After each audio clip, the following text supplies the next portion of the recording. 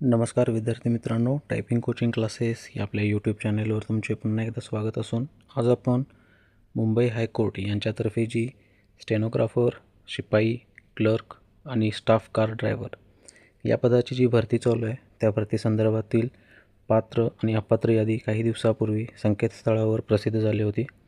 त्या अनुषंगाने अपात्र विद्यार्थ्यांना त्यांच्या जर काही हरकती नोंदवायच्या असतील तर त्यासाठी एक कालावधी देण्यात आला होता, पण त्या घेतलेल्या हरकतीवरती कोणताही फेरफार विचार न करता अपात्र विद्यार्थी जे काही होते त्या सर्व विद्यार्थ्यांना लेखी परीक्षेसाठी परवानगी देण्यात आली आहे। पण ही लेखी परीक्षा देत असताना काही अटी त्यांनी विद्यार्थ्यांसमोर ठेवल्या आहेत, ज्या अशा असतील की ज्या वेळेला विद्यार्थी पासआउट होतील त्यावेळेला DVच्या वेळी त्यांचा जो SBI कलेक्ट थ्रू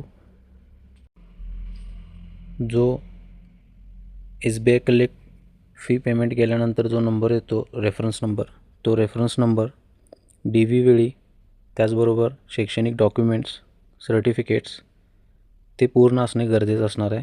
जर तुम्ही लेखी पास झालात, टायपिंग पास झालात, पण DV वेळी जर तुमचा रेफरन्स नंबर मॅच करत नसेल तर तुम्हाला इंटरव्ह्यूसाठी पात्र करता येणार नाही।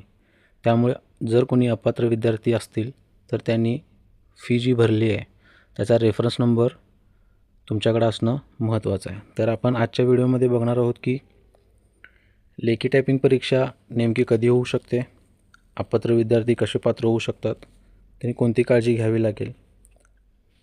तर इथे बघू शकता संकेतस्थळावरती जी नोटीस प्रसिद्ध झाली आहे त्याच्यामध्ये त्यांनी सांगितलं आहे की जे स्टेनोग्राफर हायर ग्रेडचे 97 विद्यार्थी होते, इथं त्यांनी मेन्शन केलेलं आहे काउंट, त्याचबरोबर लोअर ग्रेडचे 140, क्लर्कचे 4058 आणि स्टाफ कार ड्रायव्हर 934 आणि शिपाईचे 6047 असे टोटल जे विद्यार्थी आहेत अपात्र यांना परीक्षा देता येणार आहे, पण DV वेळी डॉक्युमेंट क्लिअर असणं गरजेचं आहे।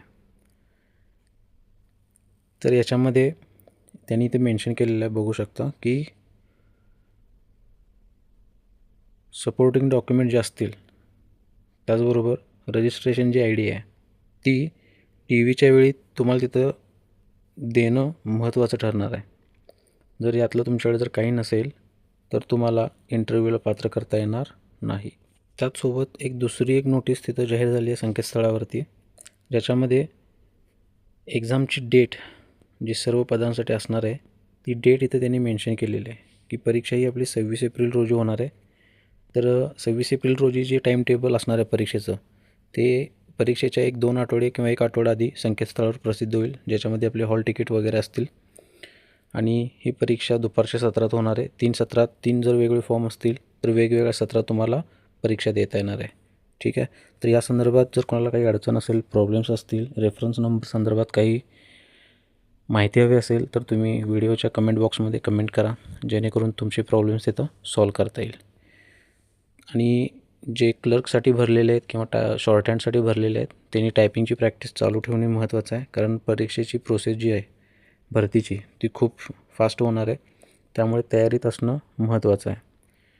तर कोर्ट भरती संदर्भातील नवीन अपडेट जशी येईल तशी आपण आपल्या चॅनलवरती देत राहू।